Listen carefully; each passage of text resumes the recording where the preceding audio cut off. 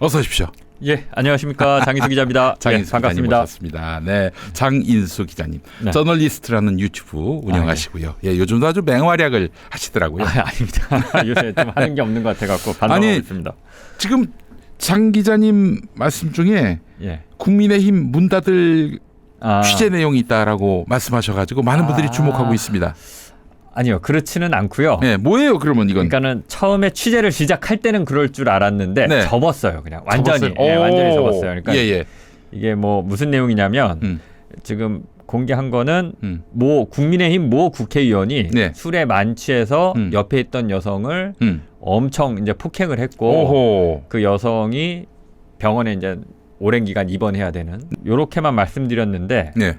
그거 갖고 국민의힘이 망하진 않잖아요. 네. 그 자리에서 제보받기로는 엄청난 일이 있었고 그 제보자가 네. 그 자리에서 무슨 일이 벌어지는지 촬영을 하자. 네. 이렇게 제보를 했던 거고요. 네. 그 제보자가 그렇게 제보를 했던 이유는 사실상 그 자리를 만드는 사람, 이고 불법적인 일에 연루가 됐던 사람인데 네. 제보의 내용은 꽤 신뢰성이 있다라고 봤고요. 굉장히 구체적이고 네네. 뭐 이래서 등장인물이나 시간 장소나 그랬었는데 결국은 이 제보자를 신뢰할 수 없다. 그러니까 처음에는 제보는 그렇게 했는데 네. 빼더라고요, 계속. 그거 안 되지. 왜냐하면 이게 본인이 불법적인 일에 가담이 돼 있는 사람이라서 결국은 이게 이제 보도가 됐을 때 드러날 거 아닙니까? 네. 그러니까 이제 생각이 좀 복잡한 것 같더라고요. 네. 그래서 이제 취재를 추진하는데 네. 막혔습니다. 그게. 예. 그럼 멈춰야죠. 예, 그래서 그냥 멈추고 덮었는데 네. 이게 다시 나온 거는 저희가 이제 어디 가서 이런 얘기를 한 번도 안 했거든요. 네네. 근데 최근에 보도한 내용에 나오지만 이제 이철규 의원이 이명수 기자한테 그걸 물어봐요. 그 취재한 거 왜 보도 안 해? 이러고. 이철규가? 예, 이철규가. 정권 실세. 예, 오. 이제 땡땡땡 의원이 이제 여성을 그 팬 거 뭐 눈두덩이 맞은 여자애가 뭐 그렇게 주장해 뭐 이렇게 하고 물어보는데 네네. 이걸 어떻게 알았지?라고 하면서 그냥 슬쩍 얘기를 한 건데 네. 그 취재는 그냥 덮은 겁니다. 예, 덮었습니다. 예. 야, 여러분 이거 진짜 용기 있는 겁니다. 저널리스트가 이게 뭐 분명히 저건 사실로 보이는데 할 때 여기서 중대한 갈림길이 생기는 거예요.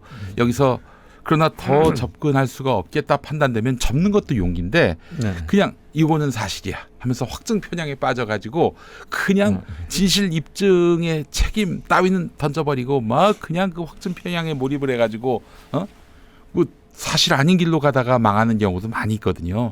멈출 수 있는 것도 이거는 언론인으로서 용기 있는 행동이고 그러니까 언론인이라고 사람들이 인정해주고 또 그렇게 또 그 권위를 또 믿어주는 거 아니겠습니까? 예, 저는 그런 점에서 참 좋다라는 생각도 드는데 전 사실 그래서 이게 무슨 명태균 이슈와 유관한 게 아니었나 봤더니 명태균 이슈는 아니었네요. 전혀 다른 겁니다. 네. 전혀 다른 거고 그냥 그 분위기가 딱 네. 제보받을 때 그 영화 내부자들 왜 이렇게 보면 그 양주 뚜껑에 해갖고 몰래 촬영하잖아요. 그 안에 있었던. 그러니까 그 제보 내용이 맞다면 그거보다 더 심각한 일이 이제 그 안에서 벌어지는 건데. 네네네.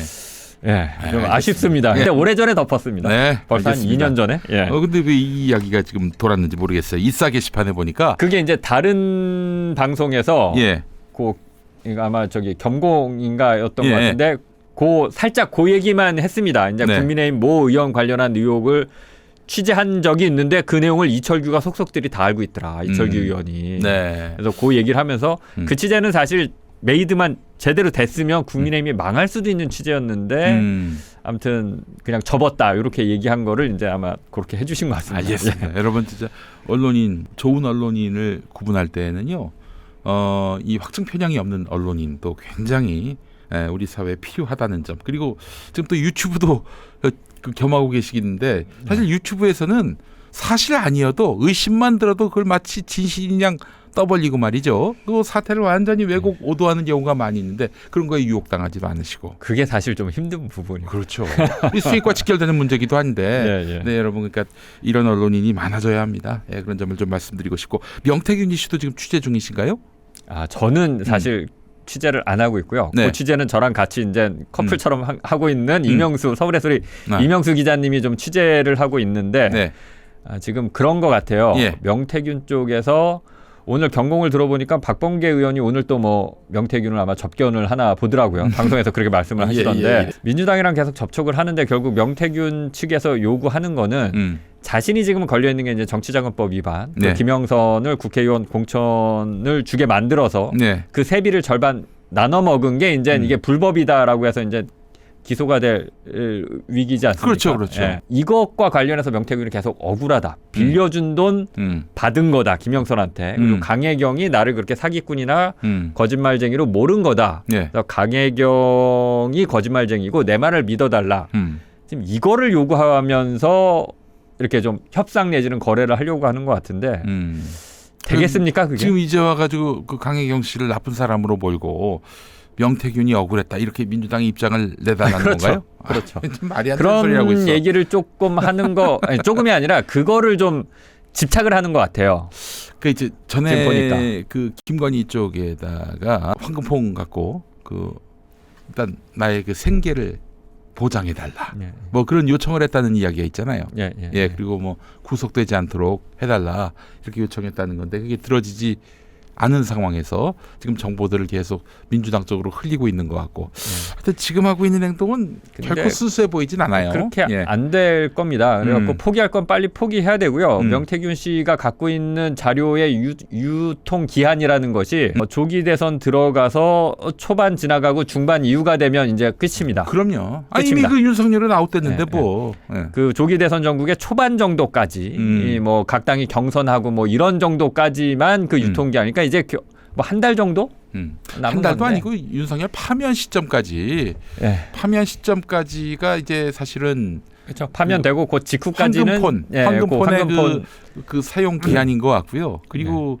그 이후에 명태균이 할 역할은 또 있죠. 오세훈, 홍준표의 민낯을 드러내는 뭐 거. 아무튼 그러니까요. 예. 그러니까 그런 것까지 하면 이제 조기 대선 초반 정도까지인데 포기할 거 빨리 포기하고 네. 안 되는 거 빨리 포기하고 예, 거래를 해야 뭐라도 하나 챙길 그럼요. 수 있지. 시간이 지나갈수록 어차피 네. 계속 자신의 몸값, 자신이 갖고 있는 자료의 가치가 떨어집니다. 근데 그걸 잘 모르는 것 같아요. 네. 아, 답답합니다. 그 하여튼 저기 정의의 바다에 몸을 던지는 명태균 씨 모습을 보고 싶어요. 저는 사실은 그러기 쉽지 않죠. 작년 9월에 그 뉴스토마토가 최초 보도하기 이전에 그 명태균 씨의 진술이나 뭐 각종 발언을 보면은 대부분 사실의 합치예요. 그래서 네, 맞습니다. 이 사람은 맞습니다. 뭐 과장 뭐 허풍 떠는 사람은 아니구나 네, 그런 네. 믿음은 가졌는데 뭐 뉴스토마토 보도 이후 수사 대상이 되면서부터 막 이런저런 말도 안 되는 거짓말들을 늘어놓고 있는데 그러지 말고 정의만 믿고 한번 자기가 겪었던 일들을 솔직하게 증거를 갖고 얘기했으면 좋겠다는 마음을 갖는데 글쎄요.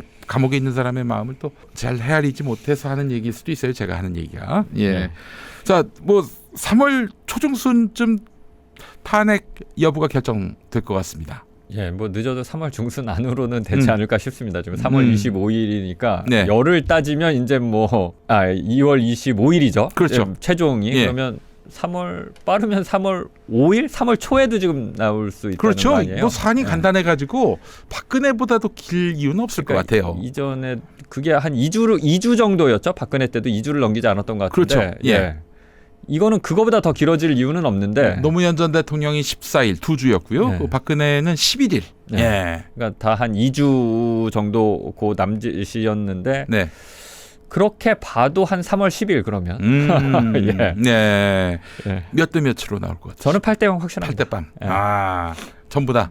예, 8대 0을 확신하는 이유는 네. 뭐 헌법재판관들의 상식, 예. 뭐 어떤 법률 가정 양심 이런 거 저는 믿지 않습니다. 저는 정치인과 판사 검사를 믿지 않습니다. 예. 제가 믿는 거는 윤석열의 똘끼입니다. 똘끼? 오, 무슨 얘기입니까? 윤석열의 똘끼. 이 윤석열이 얼마나 미친 사람인지, 얼마나 제정신이 아닌 사람인지를 이미 네. 보여줬잖아요. 그렇죠. 다 드러났어요. 그럼 헌법재판관이 그걸 상식적으로 판단할 것이라고 믿어서 8대 0이 아니라 윤석열이 살아 돌아왔을 때 나는 어떻게 되는 거지에 대한 공포. 네. 정형식조차도. 예. 그 계산을 안 할 수가 없다. 예. 이기적으로 계산했을 때 윤석열은 파면시키는 게 그들에게도 왜냐면 이게 모든 게 그렇지만 중요한 거는 경제도 그렇고 나라 운영도 그렇고 개인의 삶도 그렇고 예측 가능해야 되거든요. 네네네. 어느 정도 내 안전 그 그 내 삶의 어떤 영속성과 지속성 그리고 네. 뭐 벌이 예. 이런 것들이 예. 어느 그럼요. 정도는 예측이 돼야 되는데 윤석열이 살아 돌아오면 그 무엇도 예측이 되지 않습니다. 예, 그 무엇도 그냥 예. 조용히 사라질 수 있어요, 진짜 어느 날 갑자기. 맞아요. 예. 예. 아니 사실은 헌재에서 그 문서를 그 송달 거부를 하는 바람에 그 헌재하고 첫 번째 충돌이 일어난 거 아닙니까? 저는 그때 이미 8대 0이 굳어졌다고 봅니다. 예. 정영식 정도 또 김영두 정도는 그래도 뭐 아무 이게 없었으니까 이 서부지법 이전에 뭐 너무 이게 그 탄핵적으로 기우는 건 좀 그렇지 않나라는 생각을 했을지 모르겠다. 그러나 뭐 한 2달 동안 아주 유감없이 보여줬잖아요. 이 똘끼를. 아니 정영식, 김영두 이런 사람들도 그러니까 제가 믿는 건 그거죠. 나름대로 재판 진행을 어느 정도는 합리적이고 네. 공정하게 했습니다. 예. 이게 이미 예. 극우 진영에서는 눈밖에 났어요. 그렇지. 아니, 그러니까 보세요. 지금 수거 명단에 예. 차범근 전 감독이 포함되지 않았습니까? 네. 아니, 그 사람이 정치하고는 상관이 없는 사람이잖아요. 그냥 스포츠 스타고 셀럽인데 저쪽 진영에 있는 사람 그 누군가한테 뭔가가 찍혔으니까 수거 대상에 올라간 거 아닙니까? 그렇죠. 하다못해 뭐 조국 탄원서를 썼든 그거 예. 아무것도 아닌데 탄원서 예. 하나 써주는 거는 네. 그런 식으로 뭐가 다들 꼬투리가 잡혀 있을지 몰라요.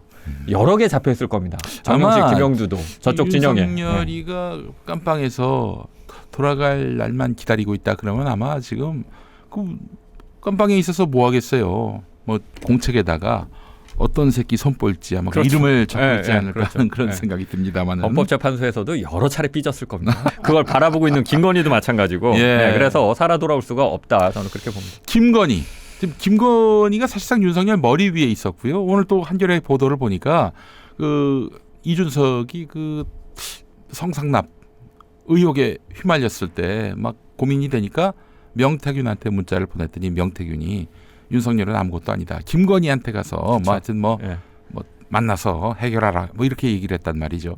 이건 뭐 이미 집권 이전부터 이 우리가 투표는 윤석열에게 하지만 집권은 김건희가 김건희가 한 한다. 것이죠. 예. 이미 이게 하나의 상식이었어요. 예, 그들 예. 권부에서는 김건희, 건진, 찰리 오빠 이야기를 요즘 하신 모양이죠. 예, 이게 뭐 맞습니다. 찰리 오빠는 누구예요? 건진의 뭐 건진 처남입니다. 처남. 예, 그것도 후처의 처남이라고 하더라고요. 후처 그래요. 아니 후처도 그 처남이 있을 수 있지. 어떤 관계인 건가요? 최근에 보도했던 내용은 이겁니다. 그 찰리 그리고 재력가 최 씨. 근데 재력가 최 씨도 김건희랑 이제 친분이 있는 걸로 보이더라고요. 김건희가 젊었을 때 르네상스 이런 데 왔다 갔다 할 때 그때부터 알았다라고 본인은 주장하는. 근데 이제 김건희는 자신은 줄리를 한 적이 없다. 즉 르네상스에 출입한 적이 없다. 즉 계속 그렇게 옮기고 있는데. 그거는 뭐 본 사람들이 너무 많아서. 네. 예.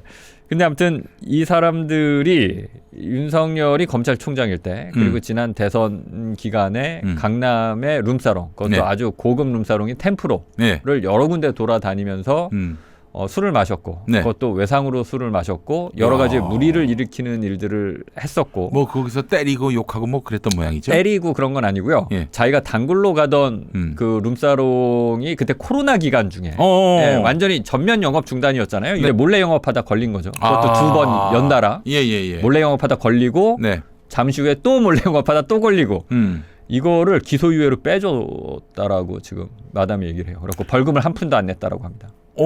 그 윤석열 시켜서. 그러니까 그거는 모르는데 네. 마담은 찰리가 그 김건희 백을 동원해서 그렇게 나를 빼줬다라고 얘기하죠. 2020년 21년 뭐 21년. 예, 뭐 그때쯤입니다. 대선 전이긴 하지만은 어쨌든 그때도 윤석열이 뭐 21년 초반까지 검찰총장이었다가 3월까지. 예, 나와서 이제 국힘의 유력 대선 주자가 되지 않습니까? 네네. 곧바로 예. 예, 윤석열의 이제 힘이 기세 등등할 때 이렇게 찰리한테 얘기하면 안 되는 게 없었다. 그리고 이들이 아예 이 네. 마담한테 그러니까 유흥업소가 전면 중단이니까 네. 마담들도 다 놀고 이제 그 유흥업소에 흔히 말하는 이제 아가씨들도 다 할 일이 없는 상황이니까 네. 그리고 자기네들이 가는 업소들이 자꾸 이제 몰래 영업하다가 단속에 걸리고 그러니까 불안해서 그런지 아예 업소를 차렸대요. 네. 예. 근데 업소를 차렸는데 단 한 번도 단속을 안 나오고 찰리가 다 손봐줘서 아예 그냥 우리 업소는 프리패스였다. 뭐 이런 얘기도 하고. 아니 그리고 세상에 대통령 되기 전인데도 저렇게 권세를 행사했다고 검찰총장의 하니까. 그때 그 권세라는 거는 뭐 예. 청와대 계속 압수수색하고 뭐 예. 법무부 장관 조국 오면 날리고 뭐 추미애 왔더니 또 날리겠다고 싸우고 그래서 결국 추미애가 사표 내고 나가고 네. 뭐 그랬던 검찰총장이잖아요. 예. 그것뿐만 아니라 이제 또 경선 기간, 대선 기간 중에는 룸사롱 마담 아가씨들한테 그 캠프 임명장 있지 않습니까? 네네네. 특보 임명장, 뭐 예. 지역위원 임명장 아, 원래 우리- 남발하잖아요. 예예예. 그거를 룸사롱 마담 아가씨들 실명을 박아서 집으로 다 하나씩 보내주고 아 뭐야 그건 또. 이 윤석열 정부의 어떤 예. 탄생이라는 게 얼마나 그 지저분한 곳에서 예. 이렇게 탄생이 된 건지 그런 사람들이 모여서 예. 예, 그렇게 한 거니까요. 알겠습니다. 예. 김건희가 정말 권력 위의 권력이었다는 건 사실인 것 같고요. 뭐 공천에 개입한 정도가 아니라 각종 인사에도 다 개입을 한 것으로 드러났고요. 그러니까 저는 그거를 어떻게 보냐면 김건희가 개입을 했다, 김건희가 권력을 누렸다 이렇게 보는 거를 조금 더 확대해서 이건 그냥 제 해석인데 네. 어느 시점 한 2019년이 되면 확실해졌다고 보는데 조국 수사를 한 게 김건희가 그 시점이나 그 시점 이전에 남편을 검찰총장 만들고 검찰총장이 되면 이제 대통령을 만들어야겠다. 그럼 이제 내가 대통령이 되는 거니까. 네. 그래서 본인의 권력 의지를 실행하는 과정으로 그래서 방해가 돼. 조국이 방해가 돼. 날려. 유시민이 방해가 돼. 날려. 뭐 김어준이 방해가 돼. 뭐 TBS 없애. 네. 이런 식으로 흔히 말하는 이제 뭐 정적을 제거하거나 자신의 걸림돌을 제거하면서 자신의 권력 의지를 이제 그때는 저희가 잘 몰랐죠. 윤석열 뒤에서 보이지 않는 곳에서 숨어서 그렇게 본인이 집권해가는 과정으로 저는 봅니다.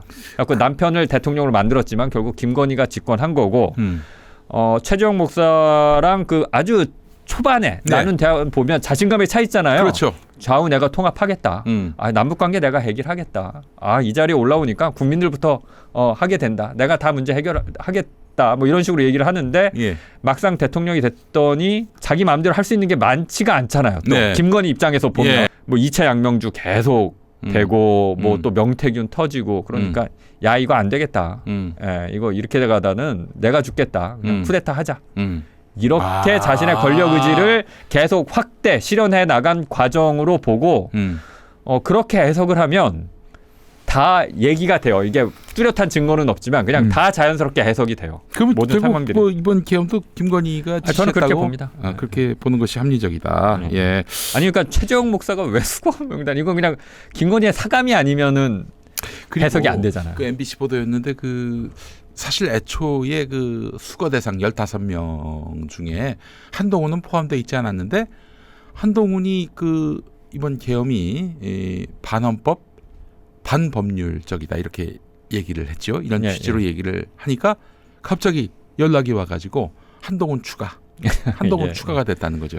그래서 이것도 역시 김건희의 사감이 들어간 것이라고 보는 것이 맞고요. 저는 그렇게 봅니다. 야, 그런 다음에 그래서 이제 국회를 사실상 말살하고 국회를 대체할 입법기구를 또 만들려고 했던 거 아닙니까? 국회 예산을 다 그냥 삭감을 해가지고 지급을 하지 않아가지고 완전히 고사 상태로 만들어 놓으려고도 했었고요. 그러고 나서 이제 윤석열의 영구 집권이 가능해지는 건데 어느 시점 가면은 김건희한테 권력을 넘겨주려 했던 것은 아닌가. 그런 그것까지는 제가 잘 모르겠는데. 네. 아니 뭐 본인이 최재형 목사님한테도 최재형 목사님한테도 뭐 저기 2025년에 통일 대통령을 본인이 하겠다라는 식으로 그런 식으로 얘기하죠.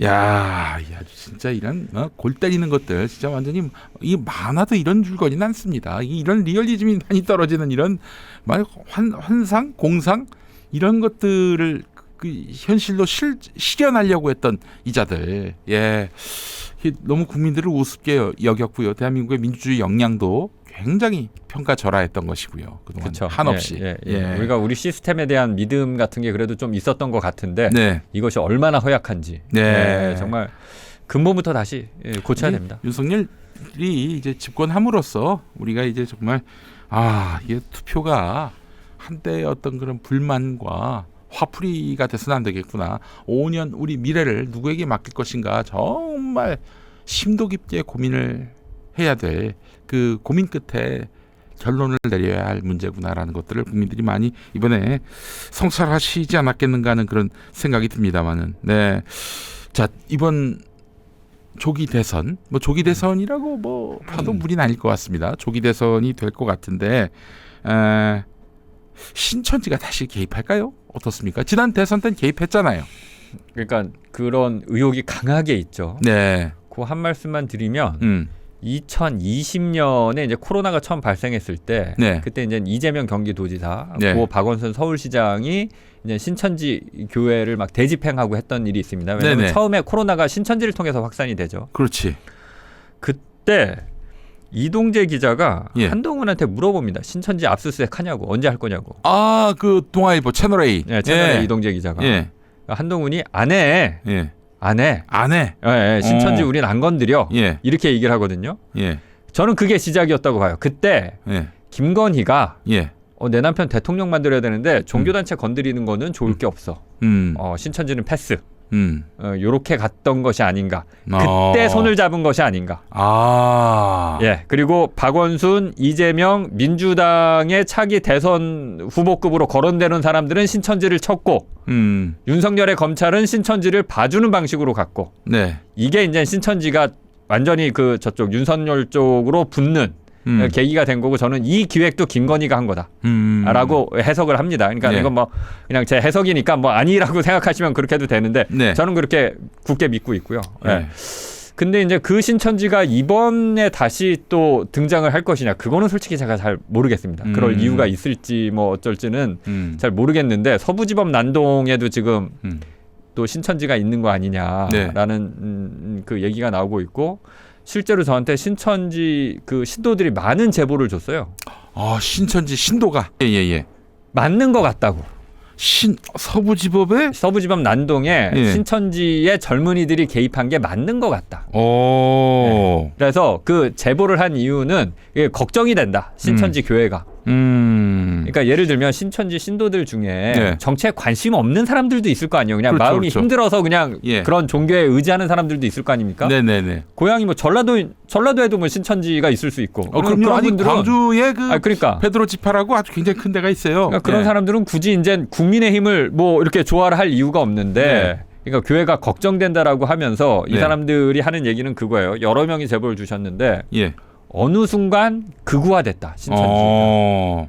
근데 그게 바로 윤석열 그 대선 그 기간이에요. 윤석열이 집권한 그때부터 네. 급속하게 신천지 내에 극우 목소리들이 퍼지기 시작했고 젊은이들이 상당히 그쪽 부분에 가담 내지는 동조를 했고 예, 그런 분위기가 지금까지 신천지에 이어지고 있어서 서부지법 난동을 보면서 우리도 걱정이 된다. 신천지 이름이 나올까 봐. 그리고 그게 사실로 밝혀질까 봐. 네. 예, 이런 제보들이 있었습니다. 이거는 뭐 사실은 아니고 근데 내부에서도 그걸 상당히 네. 우려하고 맞겠지 하는 지금 분석들이 나온다는 거죠. 네, 알겠습니다.